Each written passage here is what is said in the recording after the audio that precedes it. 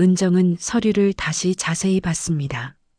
정말로 부모님이 남겨주신 재산 중 상당 부분이 고모에게 넘어가 있었어요. 그 돈으로 고모는 집도 사고 자식들 교육도 시켰던 거였습니다. 그럼 이게 은정의 머릿속이 복잡해졌습니다. 갑자기 모든 퍼즐이 맞춰지는 느낌이었어요. 내가 집에서 쫓겨난 이유가 이거였어요? 아마도 그런 것 같습니다. 은정은 분노가 치밀어 올랐습니다. 35년 동안 궁금했던 의문이 한순간에 풀렸어요. 고모가 자신을 내쫓은 건 단순히 부담스러워서가 아니었습니다. 재산을 빼앗기 위해서였던 거죠. 오늘은 35년 만에 다시 만난 고모와 조카의 뜨거운 이야기를 준비했습니다. 이런 마음 따뜻한 이야기가 좋으시다면 구독과 좋아요 버튼을 미리 눌러주세요. 그리고 이야기를 들으시면서 떠오르는 여러분만의 추억이나 감상을 댓글로 남겨주시면 정말 감사하겠습니다. 구독과 좋아요는 무료이니 한 번씩 눌러주세요. 조은정은 커피포트에서 김이 모락모락 피어오르는 걸 바라보며 하루를 시작했습니다. 서울 외곽 다세대 주택 2층, 햇살이 비스듬히 들어오는 거실에서 혼자 마시는 커피 한 잔이 그녀의 아침 의식이었죠. 원두를 직접 갈아서 내리는 핸드드립 커피의 향이 집 안가득 퍼져나갔습니다. 오늘도 조용하네.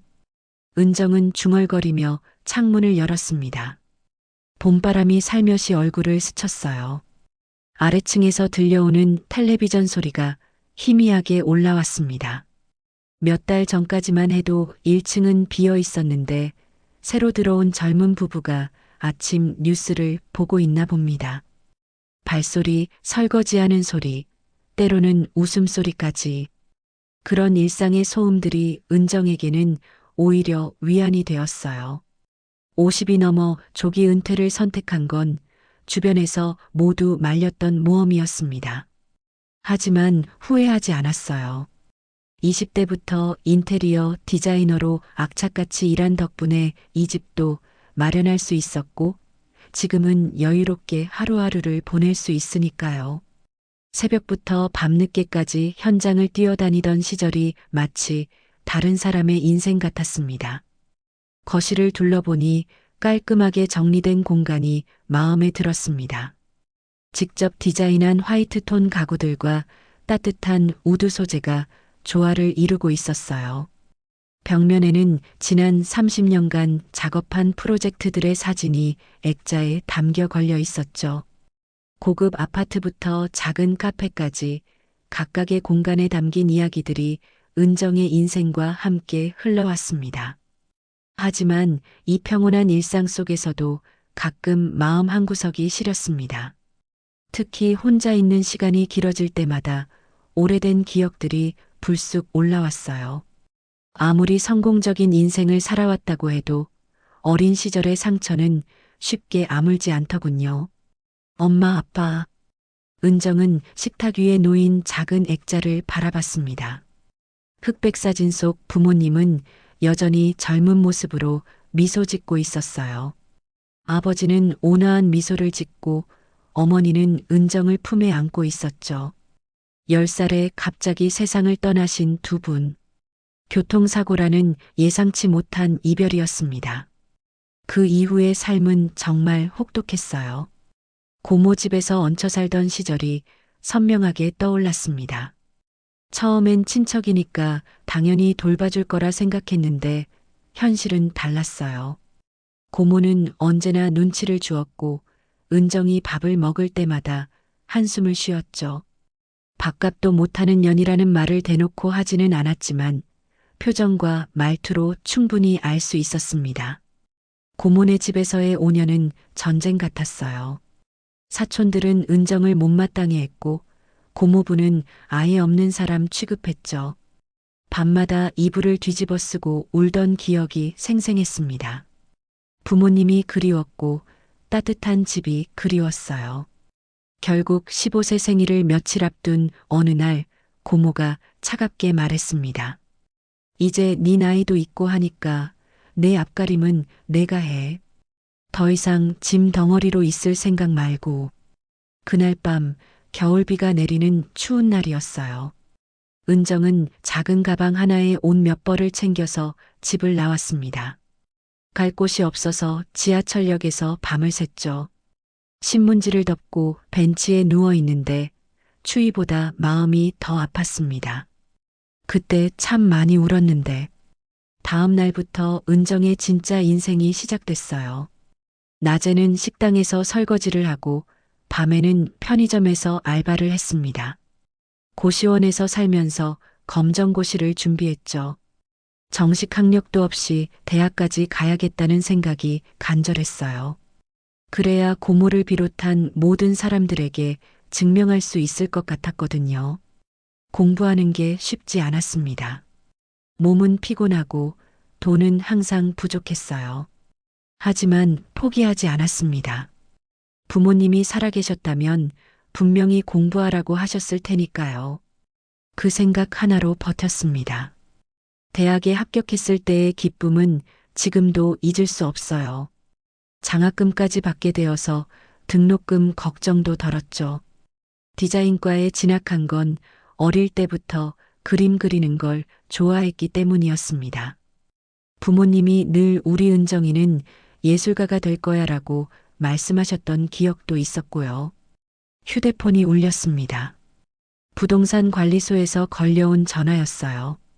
안녕하세요, 조은정 씨. 1층 전세 계약 관련해서 연락드렸습니다. 네, 말씀하세요. 계약자가 딸분이신데 부모님과 함께 거주하신다고 하시네요. 연세가 있으신 어르신이라서 혹시 불편한 일이 있으면 연락 주시라고 하시더라고요.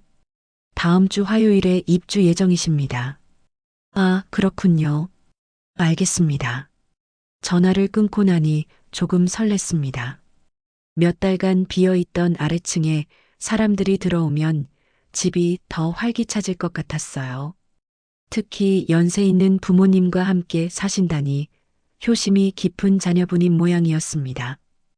은정은 문득 부러웠어요. 자신도 부모님과 함께 살 수 있었다면 얼마나 좋았을까요? 아침에 같이 커피 마시고 저녁에 함께 식사하면서 하루 있었던 일들을 이야기하고 그런 평범한 일상이 은정에게는 꿈 같은 이야기였습니다. 오후에는 가벼운 산책을 나갔습니다. 동네를 천천히 걸으며 봄 기운을 느꼈어요. 벚꽃이 막 피기 시작했고 아이들이 놀이터에서 웃음소리를 내며 뛰어다니고 있었죠. 할아버지, 할머니들이 벤치에 앉아서 손자들을 바라보는 모습이 따뜻해 보였습니다. 나도 저런 가족이 있었으면. 그런 생각을 하다가 고개를 저었어요. 이미 지나간 일을 후회해도 소용없죠. 지금 이 순간을 잘 살아가는 게 중요했습니다. 그동안 혼자서도 충분히 잘 살아왔으니까요. 집으로 돌아와 저녁을 준비하면서 마음속으로 중얼거렸습니다. 이제 좀 숨통이 트이려나 했는데 아직도 마음 한구석이 시리네. 은퇴를 하고 경제적으로 안정된 지금도 여전히 마음 깊은 곳에는 어린 시절의 외로움이 자리 잡고 있었어요. 성공했다고 해서 모든 상처가 치유되는 건 아니었습니다. 밤이 되어 침대에 누우니 고요했습니다. 내일부터는 아래층에서 생활 소리가 들릴 테니 조금 달라지겠네요. 은정은 눈을 감으며 새로운 이웃들을 기대했습니다. 좋은 관계를 맺을 수 있을 거라 생각하면서요. 화요일 오전 은정은 평소보다 일찍 잠에서 깼습니다. 오늘이 새 세입자가 이사 오는 날이었거든요. 커피를 내리면서 창밖을 내려다보니 이삿짐 센터 트럭이 골목 앞에 서 있었어요. 벌써 도착했나 봅니다. 일찍 오셨네. 은정은 호기심에 창가에 서서 지켜봤습니다. 이삿짐 기사들이 분주하게 짐을 내리고 있었어요. 가구들이 그리 많지 않아 보였습니다. 오래된 장롱 하나, 식탁, 몇 개의 박스들. 소박한 살림이었죠. 잠시 후 검은색 승용차 한 대가 골목으로 들어왔습니다. 차에서 중년 여성이 먼저 내렸어요. 40대 후반 정도로 보이는 단정한 인상의 여성이었습니다. 이어서 조심스럽게 나오는 연세든 어르신의 모습이 보였죠. 은정은 괜히 마음이 설렜습니다. 오랫동안 혼자 살다가 아래층에 이웃이 생긴다는 게 새로웠어요.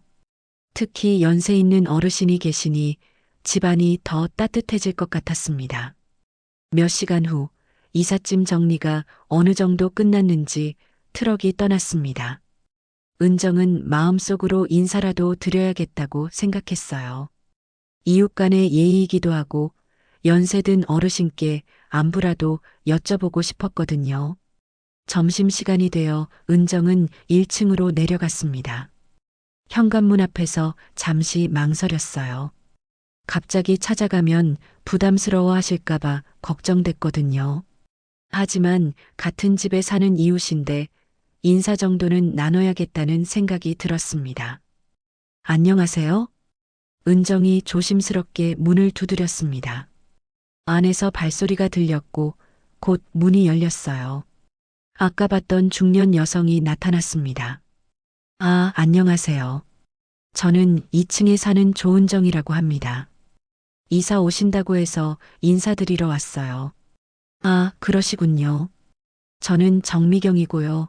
어머니와 함께 이사 왔습니다. 잘 부탁드립니다.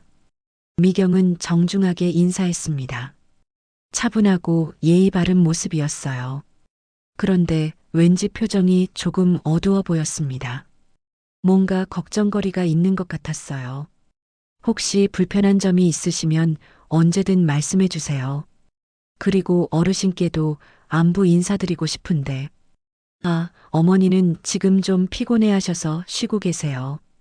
나중에 기회가 되면 인사드리시죠. 미경의 말에 은정은 고개를 끄덕였습니다. 이사가 힘드시겠네요. 연세도 있으시고. 그럼 천천히 정리하시고 필요한 게 있으시면 언제든 위로 올라오세요.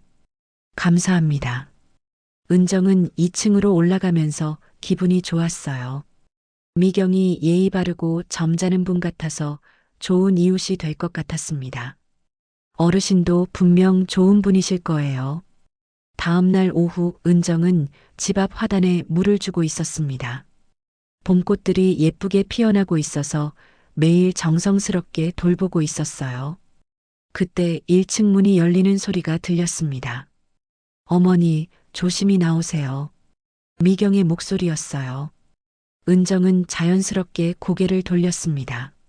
미경이 한 분을 부축해서 나오고 있었어요. 연세든 여성분이었는데 걸음이 조금 불편해 보였습니다. 그 순간 은정의 손에서 물뿌리개가 떨어졌습니다. 그 얼굴, 세월이 많이 흘렀지만 절대 잊을 수 없는 얼굴이었어요. 주름이 많이 늘었고 머리도 하얗게 새었지만 그 날카로운 눈매와 인매는 그대로였습니다. 어르신도 은정을 봤습니다. 한동안 두 사람은 말없이 서로를 바라봤어요. 시간이 멈춘 것 같았습니다. 조경자가 먼저 입을 열었습니다. 은정이냐? 목소리도 그대로였어요. 35년 전 차갑게 집에서 내쫓던 그 목소리. 은정의 가슴이 급격히 뛰기 시작했습니다. 고모. 은정의 목소리는 떨렸습니다. 꿈인지 현실인지 구분이 안 됐어요. 어떻게 이런 일이 일어날 수 있는 거죠? 서울 그 넓은 곳에서 하필 자신의 집에. 조경자의 얼굴이 하얗게 질렸습니다. 뒷걸음질 치면서 미경의 팔을 꽉 잡았어요. 미경아. 어머니, 왜 그러세요? 어디 아프세요? 미경은 어리둥절했습니다. 갑자기 어머니가 이상하게 행동하니까 당황스러웠어요. 은정을 바라보며 미안하다는 표정을 지었습니다. 죄송합니다. 어머니가 요즘 몸이 좀 안 좋으셔서. 은정은 아무 말도 할 수 없었어요. 머릿속이 하얗게 비워진 느낌이었습니다. 35년 만에 다시 만난 고모. 그것도 자신의 집에서. 조경자는 계속 뒷걸음질 쳤습니다. 은정의 시선을 피하려는 듯 고개를 돌렸어요. 들어가자, 미경아. 들어가자. 어머니, 뭔가 잘못됐나요? 혹시 아시는 분이세요? 미경이 은정을 바라보며 물었습니다. 은정은 여전히 충격에서 벗어나지 못하고 있었어요. 조경자가 떨리는 목소리로 말했습니다. 난 몰랐어. 네가 그 집 주인인 줄은. 그 말을 듣고 은정은 현실을 받아들였습니다. 고모도 자신이 이 집 주인인 줄 몰랐다는 거죠. 그럼 계약할 때도 모르고 한 거였나요?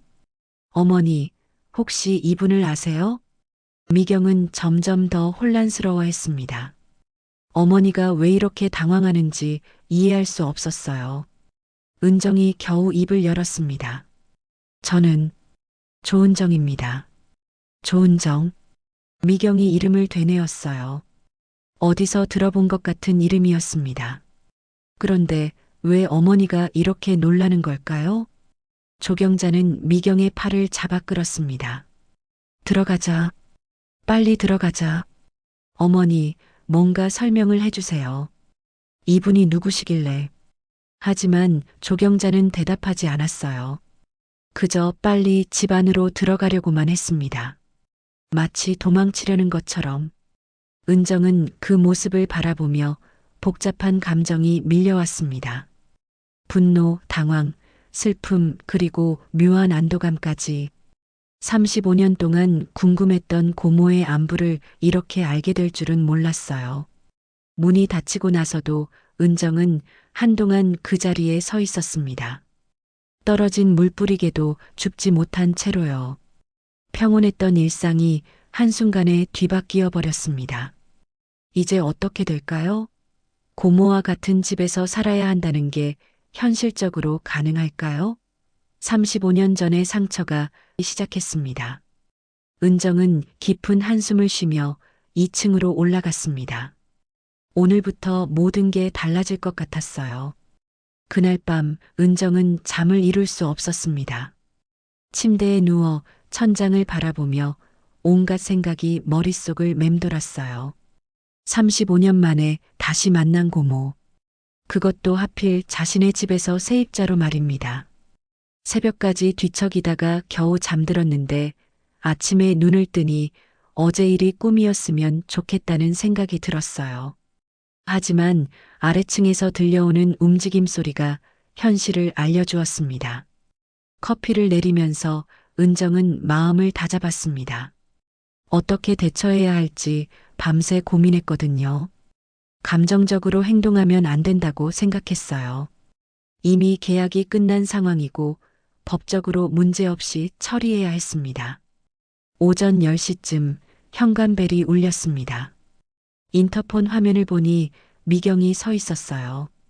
손에는 뭔가 들고 있었습니다. 네, 무슨 일이세요?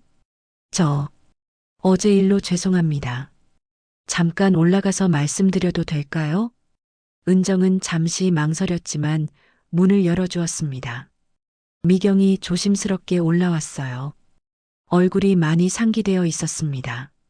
정말 죄송합니다. 어머니가 갑자기 이상하게 행동하셔서. 괜찮습니다. 앉으세요. 미경은 가져온 봉투를 내밀었습니다. 이건 계약금 일부입니다. 저희가 나가겠습니다. 은정은 봉투를 받지 않았어요. 차분하게 말했습니다. 전세 계약서 잘 보관하세요. 저는 법대로 합니다. 네. 계약은 계약입니다. 개인적인 감정과는 별개예요. 미경은 당황했습니다.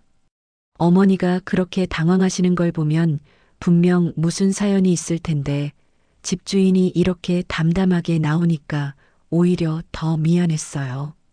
하지만 어머니께서 많이 힘들어 하세요. 아침부터 계속. 어르신이 편찮으시다면 병원부터 가보세요. 이사 스트레스일 수도 있고요. 은정의 목소리는 정말 차분했습니다. 하지만 속으로는 마음이 복잡했어요. 고모가 힘들어한다는 말을 들으니 미묘한 감정이 올라왔습니다. 정말 괜찮으신 건가요? 네. 2년 계약이니까 잘 지내시죠? 미경은 고개를 깊이 숙였습니다. 정말 감사합니다.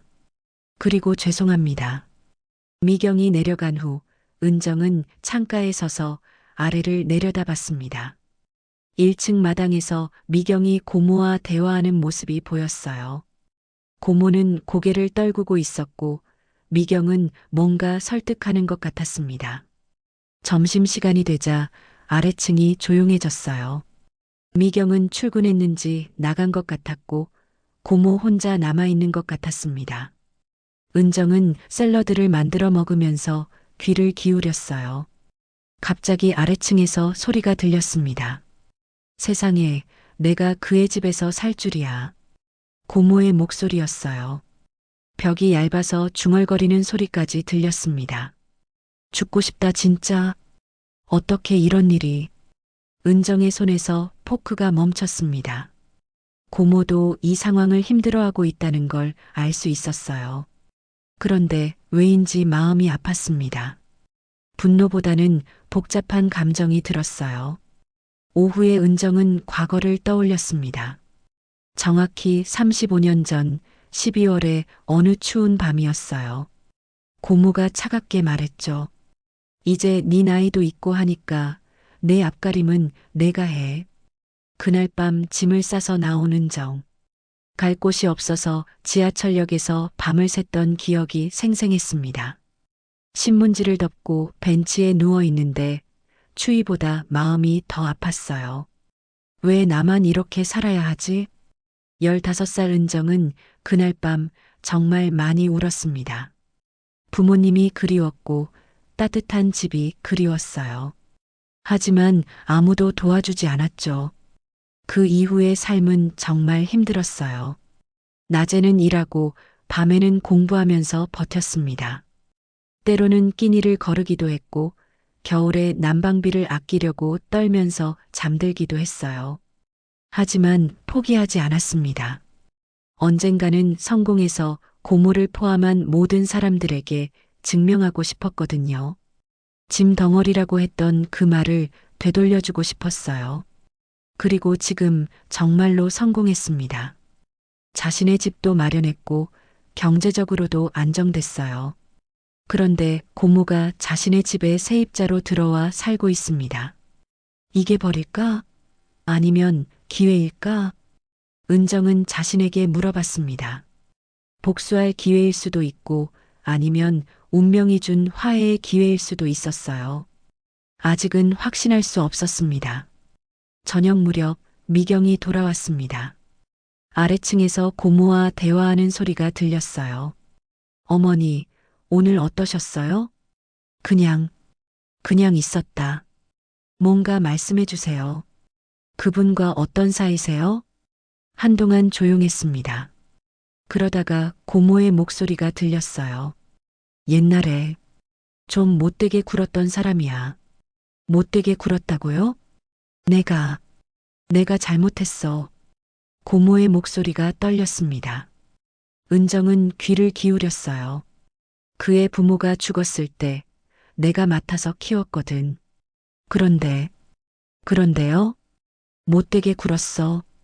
어린애한테 너무 못되게 굴었다고. 은정의 가슴이 뛰었습니다. 고모가 자신의 잘못을 인정하고 있었어요. 35년 만에 처음 듣는 말이었습니다. 어머니, 그 애가 이 집 주인일 줄 몰랐어. 세상이 참 좁구나. 그날 밤 은정은 또다시 잠을 이루지 못했습니다. 고모의 말이 계속 머릿속에 맴돌았어요. 못되게 굴었다, 잘못했다는 말들. 복수하고 싶었던 마음이 조금씩 변하기 시작했습니다. 분노보다는 궁금증이 더 컸어요. 고모는 왜 그때 그랬을까? 그리고 지금은 어떤 마음일까? 새벽녘 은정은 결심했습니다. 일단은 지켜보기로 했어요. 섣불리 판단하지 말고 시간을 두고 봐야겠다고 생각했습니다. 하지만 한 가지는 확실했어요. 이제 평온했던 일상은 끝났다는 것. 앞으로 어떤 일이 벌어질지 아무도 모르지만 이 상황을 피할 수는 없었습니다. 은정은 창밖을 바라보며 중얼거렸습니다. 35년이 지났는데 이제야 시작인 건가? 며칠이 흘렀습니다. 은정은 고모와 마주치지 않으려고 조심스럽게 생활했어요. 나갈 때는 아래층 소리를 먼저 들어보고 고모가 밖으로 나간 것 같을 때만 움직였습니다. 서로에게 어색하고 불편한 시간이었죠. 그런데 사흘째 되는 날 아침 문 앞에서 이상한 소리가 났습니다. 누군가 조심스럽게 뭔가를 놓는 소리였어요. 은정은 잠시 기다렸다가 문을 열어봤습니다. 문 앞에 작은 스테인리스 통이 놓여 있었어요. 그리고 그 위에 종이 한 장이 있었습니다. 은정은 주위를 둘러봤지만 아무도 보이지 않았어요. 고모가 이미 들어간 것 같았습니다. 통을 들어보니 따뜻했습니다. 뚜껑을 열어보니 갓 지은 밥과 된장찌개, 그리고 몇 가지 반찬이 들어 있었어요. 손편지를 읽어봤습니다. 입맛에 안 맞을 수도 있다. 그래도 미안하다. 글씨가 많이 떨려 있었어요. 나이 들어서 손이 떨리는 것도 있겠지만 마음이 떨려서 그런 것 같기도 했습니다. 은정은 한동안 그 메모를 바라봤어요. 35년 만에 고모로부터 받은 첫 번째 사과였습니다. 비록 메모 한 장이었지만 은정에게는 무겁게 느껴졌어요. 복잡한 감정이 밀려왔습니다. 밥을 먹어봤더니 맛이 있었어요. 된장찌개는 어릴 때 엄마가 끓여준 맛과 비슷했습니다. 고모와 엄마가 자매였으니까 요리하는 방법도 비슷했나 봐요. 갑자기 어린 시절이 그리워졌습니다. 점심시간이 되자 또다시 문 앞에서 소리가 났습니다. 이번에도 같은 통이 놓여 있었어요. 메모는 없었지만 정성스럽게 준비한 게 느껴졌습니다. 은정은 창가에서 아래를 내려다봤어요. 고모가 마당에서 빨래를 널고 있었습니다. 몸짓이 많이 느려진 게 보였어요. 예전에는 그렇게 빠릿빠릿했는데 이제는 허리를 자주 펴가며 천천히 움직였습니다. 나이가 많이 드셨구나. 75세라고 했으니까 정말 많이 늙으셨을 거예요. 은정이 15살에 집을 나올 때만 해도 고모는 40대였거든요. 그때는 정말 무서운 존재였는데 지금은 그냥 나이든 할머니처럼 보였습니다. 저녁 무렵 미경이 큰 가방을 들고 나가는 게 보였어요. 며칠 전부터 출장 준비를 하고 있었나 봅니다. 아래층에서 대화 소리가 들렸어요. 어머니 3일 정도 출장 갑니다. 음식은 냉장고에 준비해뒀고 혹시 아프시면 바로 병원 가세요. 알겠다. 조심해서 다녀와라. 정말 괜찮으세요? 혼자 계시기 걱정돼서. 괜찮다고 했잖아. 빨리 가. 미경이 떠나고 나서 집이 조용해졌습니다. 이제 고모 혼자 아래층에 있다는 생각이 들었어요. 은정도 혼자 살지만 고모는 연세가 있으시니까 더 걱정됐습니다. 그날 밤 은정은 책을 읽고 있었습니다. 조용한 밤이었는데 갑자기 아래층에서 기침 소리가 들렸어요. 처음에는 가벼운 기침인 줄 알았는데 점점 심해졌습니다. 콜록, 콜록. 기침이 멈추지 않았어요. 무려 10분 넘게 계속됐습니다. 은정은 걱정이 되기 시작했어요. 혹시 감기에 걸리신 걸까요? 아니면 더 심한 병이신 걸까요? 기침 소리가 멈춘 줄 알았는데 잠시 후 또 시작됐습니다. 이번에는 더 심했어요. 숨을 제대로 쉬지 못하는 것 같았습니다. 은정은 더 이상 가만히 있을 수 없었어요. 일단 상황을 확인해 봐야겠다고 생각했습니다. 슬리퍼를 신고 조용히 1층으로 내려갔어요. 고모, 문을 가볍게 두드렸습니다. 안에서 움직이는 소리가 들렸어요. 누구야? 저예요. 은정이요. 괜찮으세요? 잠시 조용했습니다. 그러다가 문이 조심스럽게 열렸어요. 고모가 나타났는데 얼굴이 많이 상기되어 있었습니다. 왜 왔어? 기침 소리가 너무 심하게 들려서요. 괜찮으세요? 고모는 대답하지 않았어요. 하지만 다시 기침이 나오기 시작했습니다. 정말 심한 기침이었어요. 병원 가보셨어요? 괜찮다. 들어가. 하지만 그때 고모가 비틀거렸습니다. 은정이 재빨리 부축했어요. 고모, 괜찮다고 했잖아. 하지만 목소리에 힘이 없었어요. 은정은 고모를 안쪽으로 들어가게 도왔습니다. 방안을 보니 정말 소박했어요. 오래된 이불 하나와 작은 전기 스탠드가 전부였습니다. 전기장판도 없으세요? 없어도 돼. 이렇게 추운데 어떻게 자세요? 은정은 놀랐어요. 아직 봄 날씨라 밤에는 쌀쌀한데 전기장판도 없이 이불 하나로 자고 계신 거였어요. 그러니까 감기에 걸릴 수밖에 없죠. 잠시만 기다리세요. 제가 가져다 드릴게요. 안 돼. 고모가 놀라서 말렸어요. 왜 안 돼요? 그냥 안 돼. 은정은 고모의 표정을 봤습니다. 자존심 때문인 것 같았어요. 자신을 내쫓았던 조카에게 도움받기가 싫은 거겠죠. 잠시 침묵이 흘렀습니다. 그러다가 고모가 조용히 말했어요. 나는 니네 엄마보다 못한 인간이야. 갑작스러운 고백이었어요. 은정은 깜짝 놀랐습니다. 고모, 니네 엄마는 착했어. 누구한테나 잘해줬지. 근데 나는 어린 니한테 그렇게 못되게 굴었어. 고모의 목소리가 떨렸습니다. 35년 동안 묻어뒀던 말인 것 같았어요. 그때는 왜? 무서웠어. 갑자기 네가 우리 집에 오니까 책임져야 한다는 게 무서웠어. 그래서 못되게 굴었나 봐. 은정의 눈동자가 흔들렸습니다. 고모도 그때 힘들었다는 말인가요? 단순히 아기만 있었던 게 아니라? 근데 사람은 살고 봐야 하더라. 지금 생각해 보니까 내가 정말 잘못했어. 고모가 고개를 떨궜습니다. 은정은 무슨 말을 해야 할지 몰랐어요. 분노할 준비를 하고 있었는데 이런 고백을 들을 줄은 몰랐거든요.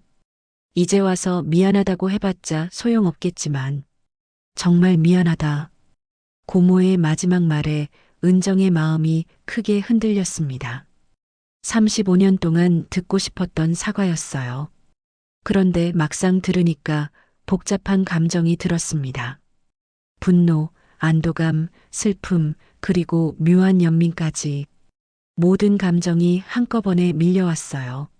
며칠 후 미경이 출장에서 돌아왔습니다. 은정은 2층에서 그녀가 큰 가방을 끌고 들어오는 소리를 들었어요. 아래층에서 고모와 대화하는 목소리가 들렸습니다. 어머니, 어떻게 지내셨어요? 많이 기침하셨다고 이웃분이 문자 주시던데. 괜찮았어. 그냥 감기였나 봐. 정말요? 병원은 가보셨어요? 은정은 귀를 기울였습니다. 그날 밤 이후로 고모와 직접 대화를 나눈 적은 없었지만 기침 소리는 많이 줄어들었어요. 다행히 좀 나아지신 것 같았습니다. 다음 날 오후 현관벨이 울렸습니다. 미경이 서 있었는데 표정이 어딘지 모르게 어두워 보였어요. 손에는 두꺼운 봉투를 들고 있었습니다. 잠깐 올라가서 말씀드릴 게 있습니다. 무슨 일인가요? 어머니 관련된 일이에요. 중요한 얘기라서. 은정은 미경을 거실로 안내했습니다. 미경은 평소보다 긴장된 모습이었어요. 봉투를 테이블 위에 조심스럽게 올려놓았습니다. 이게 뭔가요? 이건 어머니가 평생 보관해온 거예요. 미경의 목소리가 떨렸습니다. 뭔가 말하기 어려운 내용인 것 같았어요. 평생 보관해왔다고요? 네. 제가 어릴 때부터 어머니가 금고에 넣어두고 절대 건드리면 안 된다고 하신 서류들이에요. 그런데 어제 출장에서 돌아와서 보니까 미경이 말을 잇지 못했습니다. 은정은 점점 불안해졌어요. 어머니가 계속 우시면서 말씀하시더라고요. 이제는 돌려드려야 한다고, 너무 오래 숨겨뒀다고. 도대체 뭔데요? 은정이 봉투를 열어봤습니다. 안에서 오래된 서류들이 나왔어요. 누렇게 바른 종이들이었는데 글씨를 보는 순간 은정의 손이 떨렸습니다. 부동산 등기부 등본, 은행 통장 사본, 그리고 유언장까지 모두 부모님 이름으로 되어 있는 서류들이었어요. 이게 우리 부모님 거예요? 네. 조은정 씨 부모님이 남기신 유산 관련 서류들입니다. 은정은 서류를 하나씩 살펴봤습니다. 부모님이 돌아가시기 전에 작성하신 유언장에는 모든 재산을 은정에게 물려준다고 명시되어 있었어요. 부동산과 예금, 보험금까지 상당한 금액이었습니다. 하지만 다음 서류를 보고 은정은 충격을 받았어요. 부모님이 돌아가신 후 재산 처리 과정에서 고모의 이름으로 변경된 기록들이 있었습니다. 이게 뭐예요? 은정의 목소리가 떨렸습니다.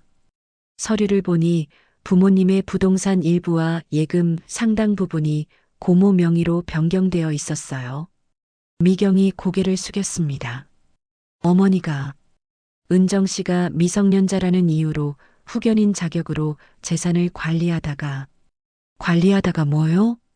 일부를 자신의 명의로 바꾸셨다고 하시네요. 은정은 서류를 다시 자세히 봤습니다. 정말로 부모님이 남겨주신 재산 중 상당 부분이 고모에게 넘어가 있었어요. 그 돈으로 고모는 집도 사고 자식들 교육도 시켰던 거였습니다. 그럼 이게 은정의 머릿속이 복잡해졌습니다. 갑자기 모든 퍼즐이 맞춰지는 느낌이었어요. 내가 집에서 쫓겨난 이유가 이거였어요? 아마도 그런 것 같습니다. 은정은 분노가 치밀어 올랐습니다. 35년 동안 궁금했던 의문이 한순간에 풀렸어요. 고모가 자신을 내쫓은 건 단순히 부담스러워서가 아니었습니다. 재산을 빼앗기 위해서였던 거죠. 이 돈이면 내가 대학까지 충분히 다닐 수 있었을 텐데. 은정은 떨리는 손으로 서류를 넘겨봤습니다. 부모님이 남겨주신 재산이 이렇게 많았다니. 그걸 알고 있었다면 그렇게 힘들게 살지 않아도 됐을 텐데요. 어머니가 정말 죄송하다고 하시면서 죄송하다고요? 은정의 목소리가 날카로워졌습니다. 35년 동안 내가 얼마나 힘들게 살았는지 아세요? 끼니를 걸으면서 추위에 떨면서 알바를 하면서 공부했는지 아세요? 미경은 아무 말도 할 수 없었어요. 어머니의 과거 이야기를 들으면서도 이렇게 구체적인 피해가 있을 줄은 몰랐거든요. 그런데 고모는 이 돈으로 편하게 살았겠네요. 자식들 교육시키고 좋은 집에서 살고. 은정은 서류를 탁자에 던졌습니다. 종이들이 흩어지면서 바닥에 떨어졌어요. 미안하다고 하면 다 되는 건가요? 내 인생을 돌려받을 수 있나요? 정말 죄송합니다. 미경이 고개를 숙이며 사과했지만 은정의 분노는 쉽게 가라앉지 않았어요. 그때 아래층에서 발소리가 들렸습니다. 고모가 올라오고 있었어요. 문이 열리면서 고모가 나타났는데 얼굴이 창백했습니다. 은정아, 뭐라고 하실 거예요? 또 미안하다고요? 은정이 차갑게 말했습니다. 고모는 말없이 바닥에 떨어진 서류들을 바라봤어요. 그 서류들, 평생 짐이었어. 짐이었다고요? 그 돈으로 얼마나 잘 사셨는데요? 그 돈 때문에 마음 편한 날이 하루도 없었어. 고모의 목소리는 떨렸지만 은정은 들으려 하지 않았어요. 그래서 내가 불쌍하다고 생각하라는 거예요? 아니야. 그게 아니라 고모가 울기 시작했습니다. 하지만 은정의 마음은 돌아서지 않았어요. 35년 동안 쌓인 분노가 한꺼번에 폭발하고 있었습니다. 나가세요. 은정아, 나가라고 했어요. 그리고 이 집에서도 나가세요. 은정이 소리쳤습니다. 고모와 미경 모두 놀랐어요. 전세 계약 해지 통보할 거예요. 당장 나가세요. 은정 씨, 잠깐만요. 미경이 말렸지만 은정은 듣지 않았어요. 35년 전처럼 또 쫓아내는 거냐고요? 맞아요. 이번엔 제가 쫓아내는 거예요. 고모는 아무 말도 하지 못하고 계속 울기만 했습니다. 그 모습을 보니 은정은 더욱 화가 났어요.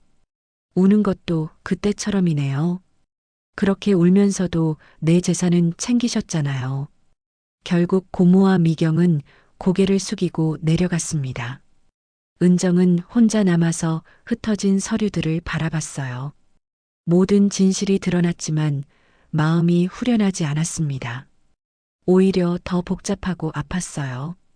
복수하고 싶었는데 막상 기회가 오니까 마음이 무거웠습니다. 그날 밤 은정은 부동산 중개인에게 전화를 걸었습니다. 전세 계약 해지 절차를 알아보려고 했어요. 더 이상 고모와 같은 집에서 살 수는 없었습니다. 그날 밤 11시 은정은 흩어진 서류들을 정리하며 복잡한 감정에 휩싸여 있었습니다. 35년 동안 품었던 의문이 풀렸지만 마음은 더 무거워졌어요.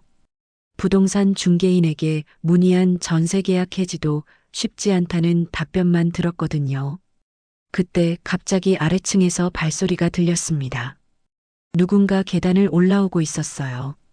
조심스럽게 문을 두드리는 소리가 들렸습니다. 은정아, 나야. 고모의 목소리였어요. 은정은 대답하지 않았습니다. 제발, 한 번만 들어줘. 내가 모든 걸 말할게. 그 절박한 목소리에 은정은 결국 문을 열었습니다. 고모가 서 있었는데 눈이 퉁퉁 부어 있었어요. 하루 종일 울었나 봅니다. 들어오세요. 고모는 조심스럽게 거실로 들어와 서 있었어요. 소파에 앉지도 못하고 떨고 있었습니다. 말씀하세요. 은정의 목소리는 차가웠습니다. 고모는 떨리는 목소리로 말하기 시작했어요. 내가 진짜 이유를 말하지 않았어. 진짜 이유요? 네 아버지. 우리 오빠가 형제 중에서 제일 잘 나갔어. 갑작스러운 고백이었습니다. 우리 집은 가난했는데 오빠만 대학까지 나왔어.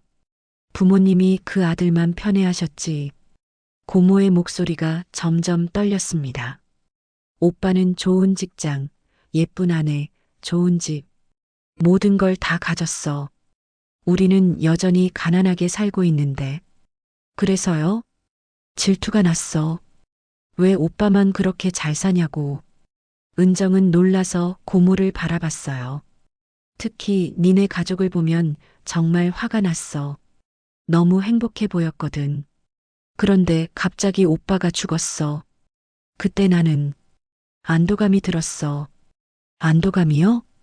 드디어 오빠 그림자에서 벗어날 수 있다는 충격적인 고백이었습니다.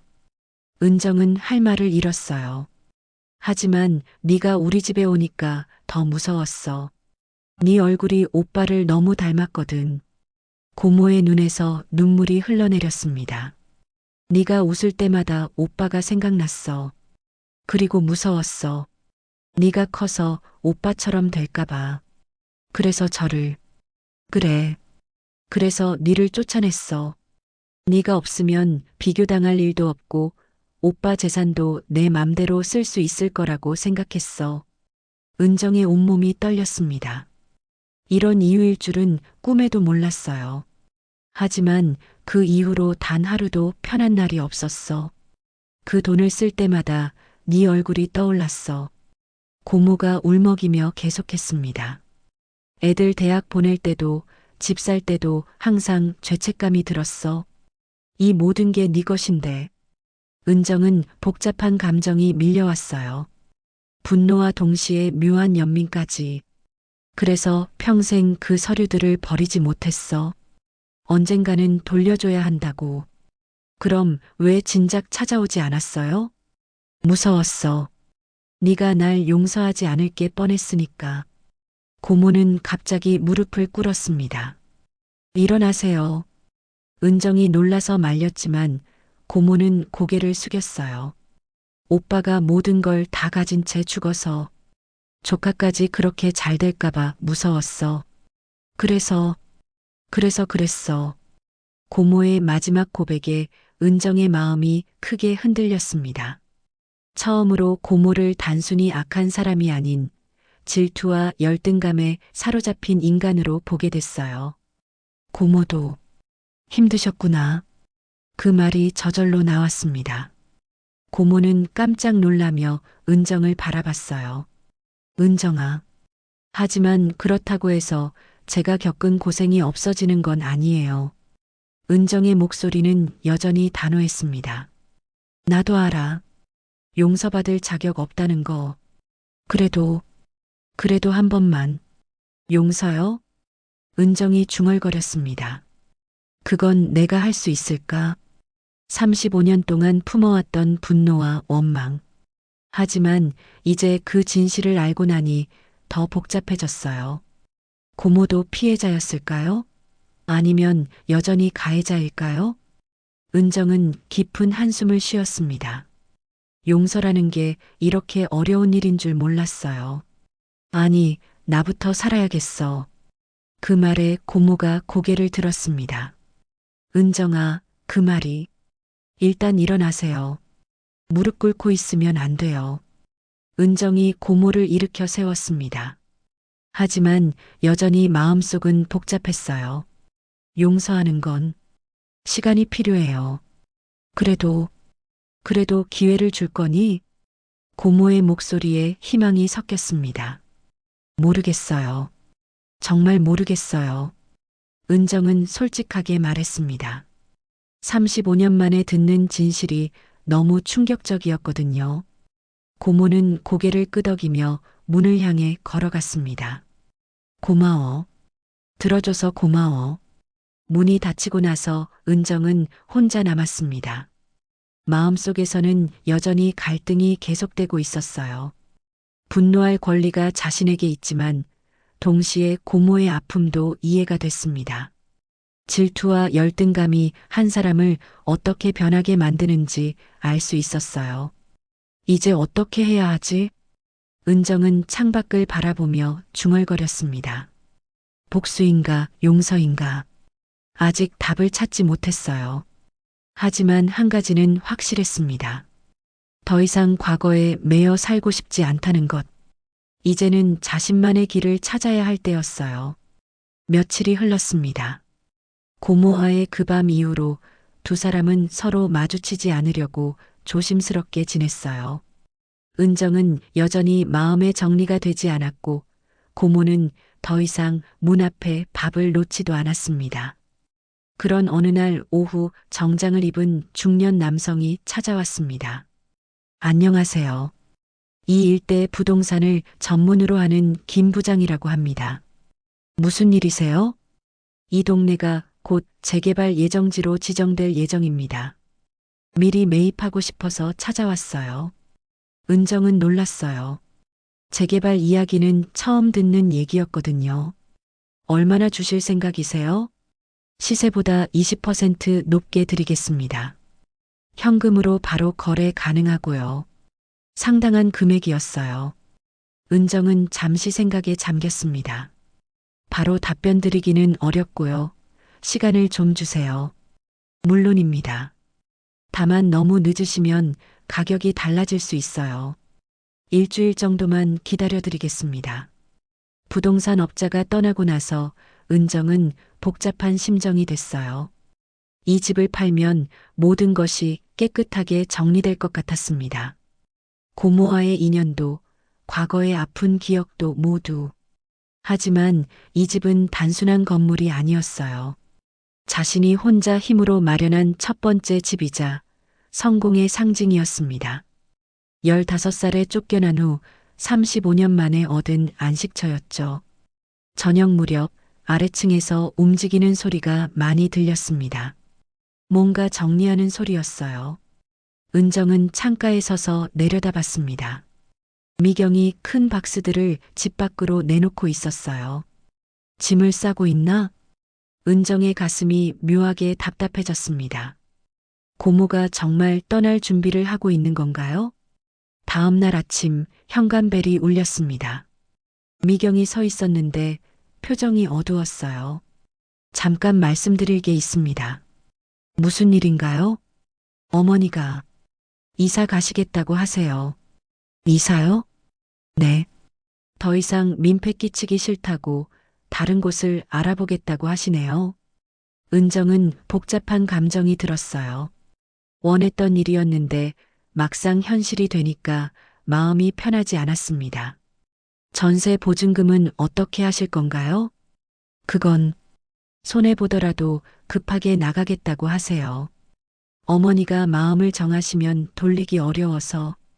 그날 저녁 은정은 1층에서 들려오는 소리에 귀를 기울였습니다. 고모와 미경이 대화하는 소리였어요.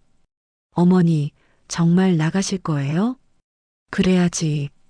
그 애한테 더 이상 상처 주고 싶지 않아. 하지만 갈 곳이 있어. 시골에 있는 내 삼촌네로 가면 돼. 삼촌네는 너무 불편하실 텐데요. 괜찮다. 이제 나이도 많고 오래 살 것도 아니니까. 고모의 목소리가 체념에 차 있었어요. 은정은 가슴이 아팠습니다. 이틀 후 이삿짐 센터 트럭이 다시 골목에 들어왔습니다. 이번에는 짐을 싣기 위해서였어요. 은정은 2층 창가에서 지켜봤습니다. 고모가 조심스럽게 집 밖으로 나왔어요. 몸이 많이 힘들어 보였습니다. 미경이 부축해서 차까지 데려다 주고 있었어요. 그때 고모가 고개를 들어 2층을 바라봤습니다. 은정과 눈이 마주쳤어요. 잠시 정적이 흘렀습니다. 고모가 작은 목소리로 중얼거렸는데 창문 너머로도 들렸어요. 나는 갈게. 마지막까지 민폐 끼치기 싫다. 그리고 잠시 후 덧붙였습니다. 대신 이젠 네가 부럽다. 넌 날 닮지 않았더라. 그 말에 은정의 마음이 크게 흔들렸습니다. 고모가 자신을 부러워한다는 게 믿어지지 않았어요. 무엇이 부러우신데요? 은정이 창문을 열고 소리쳤습니다. 고모가 놀라서 위를 바라봤어요. 니는 원망 속에서도 바르게 자랐어. 나처럼 비뚤어지지 않았지. 고모의 목소리가 떨렸습니다. 나는 질투 때문에 조카를 버렸는데 넌 그런 나를 이해하려고 했어. 그게 부럽다. 은정은 할 말을 잃었어요. 미안하다. 정말 미안하다. 고모가 마지막으로 깊이 고개를 숙였습니다. 그리고 미경의 부축을 받으며 차에 올랐어요. 트럭이 떠나고 승용차도 골목을 벗어났습니다. 1층이 다시 비어버렸어요. 은정은 혼자 남겨진 거실에서 창밖을 바라봤습니다. 원했던 일이었는데 왜 이렇게 허전할까요? 그때 부동산 업자의 명함이 눈에 들어왔습니다. 일주일이라고 했으니 내일까지 답을 줘야 했어요. 이 집을 팔아야 하나? 은정은 고민에 빠졌습니다. 이 집은 자신의 독립과 성공의 상징이었어요. 하지만 동시에 고모와의 아픈 기억이 서린 곳이기도 했습니다. 밤이 되어 조용해진 집에서 은정은 생각했습니다. 정말로 원하는 게 뭘까요? 복수였을까? 아니면 평화였을까? 고모의 마지막 말이 계속 머릿속에 맴돌았어요. 넌 날 닮지 않았더라. 그 말의 의미를 곰곰 생각해 보니 고모는 자신이 질투와 원망에 사로잡혀 살았다는 걸 인정하고 있었어요. 그리고 은정은 그렇게 살지 않았다고, 더 나은 사람이라고 말하고 있었습니다. 정말 그럴까? 은정은 자신에게 물어봤습니다. 과연 자신은 고모와 다른 사람일까요? 아니면 단지 상황이 달랐을 뿐일까요? 35년 동안 품어온 분노와 원망. 그것들이 자신을 어떤 사람으로 만들었을까요? 은정은 깊은 밤까지 잠들지 못했습니다. 인생의 중요한 갈림길에 서 있다는 느낌이 들었어요. 다음 날 아침 은정은 부동산 업자에게 전화를 걸었습니다. 죄송하지만 집을 팔지 않기로 했습니다. 아, 그래요? 혹시 가격이 마음에 안 드시면 더 올려드릴 수도. 아니에요. 그냥 팔지 않을래요. 전화를 끊고 나니 마음이 한결 가벼워졌습니다. 이 집은 자신의 뿌리였어요. 아픈 기억이 있다고 해서 버릴 수는 없었습니다. 하지만 여전히 마음 한구석은 허전했어요. 며칠 전까지만 해도 아래층에서 들리던 생활 소리들이 그리웠습니다. 고모의 기침 소리, 미경과 대화하는 소리, 심지어 발소리까지.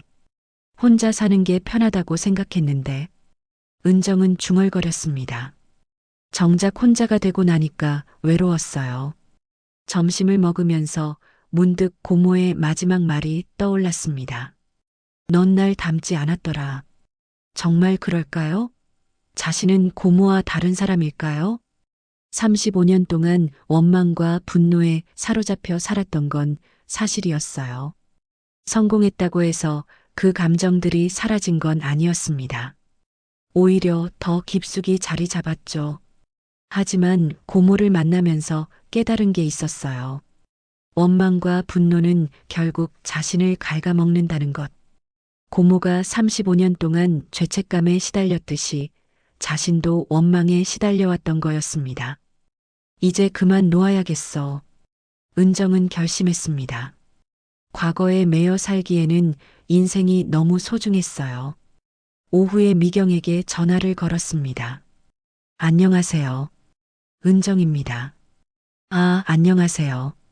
무슨 일이세요? 고모. 어머니는 어떻게 지내세요? 잘 지내세요. 그런데 미경의 목소리가 어두워졌습니다. 뭔가 문제가 있나요? 사실은 어머니가 많이 우울해 하세요. 밥도 잘 안 드시고 밤에는 자꾸 중얼거리시고. 뭐라고 중얼거리시는데요? 계속 죄송하다고, 은정이한테 미안하다고. 그런 말씀만 하세요. 은정의 가슴이 아팠습니다. 지금 어디에 계시는데요? 임시로 고시원에 계세요. 제가 다른 집을 구하려고 알아보고 있는데 어머니 연세에 맞는 곳을 찾기가 쉽지 않아서. 고시원이요? 은정은 놀랐어요. 75세 연세의 고시원이라니 너무 열악한 환경이었습니다. 네. 급하게 나오시느라 갈 곳이 마땅치 않았어요. 방은 정말 좁고 공용 화장실에 샤워실도 멀어서 어머니가 밤에 화장실 가시기도 힘드세요. 은정은 상상만으로도 마음이 아팠어요. 혹시 어머니께 전화드려도 될까요? 정말요? 어머니가 정말 좋아하실 텐데. 미경이 고모를 부르는 소리가 들렸습니다. 잠시 후 떨리는 목소리가 들려왔어요. 여보세요? 고모, 저예요. 은정이요. 은정아. 왜 전화했어? 고모의 목소리가 울먹거렸습니다. 고모, 집으로 돌아오세요. 뭐라고? 방 계약 연장해요. 잠시 정적이 흘렀습니다. 고모가 믿을 수 없다는 듯 물었어요. 정말이니? 네. 대신 이번엔 계약 말고 밥 한 끼 같이 해요. 고모가 울음을 터뜨렸습니다. 고마워. 정말 고마워. 하지만 고모, 그 좁은 고시원에서 어떻게 지내세요?